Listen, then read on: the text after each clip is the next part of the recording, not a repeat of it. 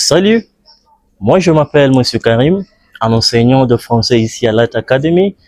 Donc, ce que j'aime avec le français, c'est une langue d'amour avec les rythmes, les prononciations, etc. Pour moi, j'aime le français. Est-ce que vous aimez le français? Habari, kwa majina naitwa Mwalimu Omar. Mimi ni mwalimu wa Kiswahili, na kitu kizuri ambacho nimependa katika lugha ya Kiswahili ni vitanza ndimi. Na mojawapo mfano wa vitanza ndimi ni waite wale wana waliwali, wale wali waliwali. Asante.